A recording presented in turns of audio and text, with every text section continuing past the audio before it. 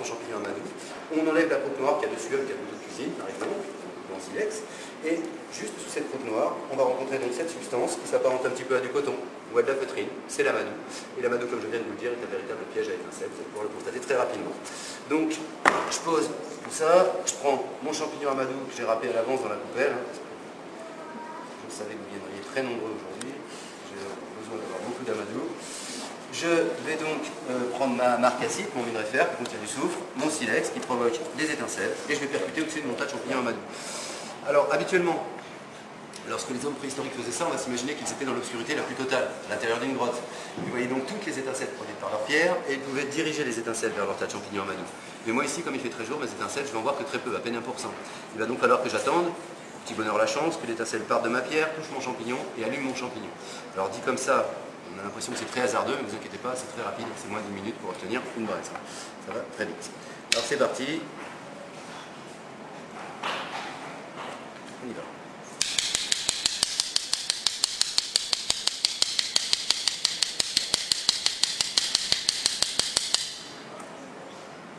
Alors, vous voyez, on a plusieurs départs de feu ici.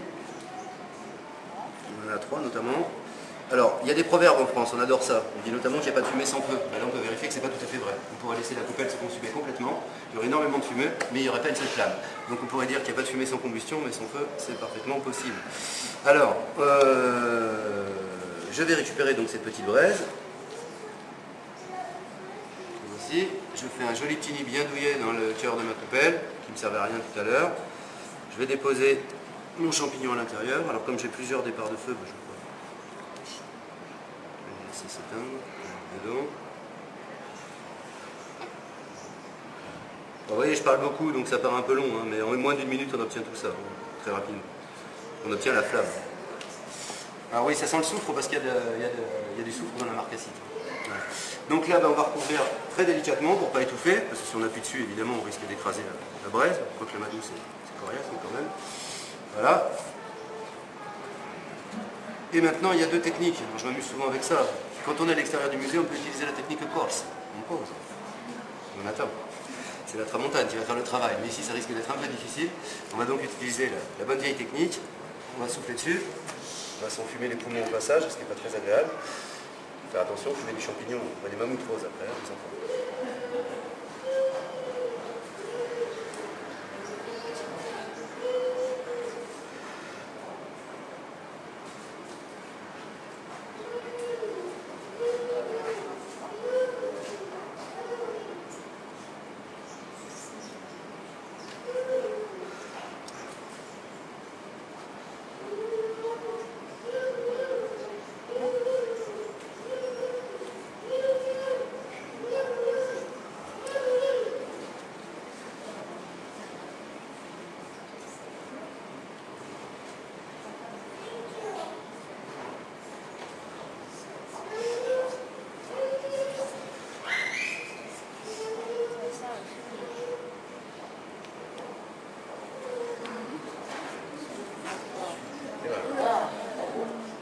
Donc vous avez vu que relativement rapidement, j'en pleure de joie, on peut allumer du feu avec 2 cailloux et un petit peu de champignons.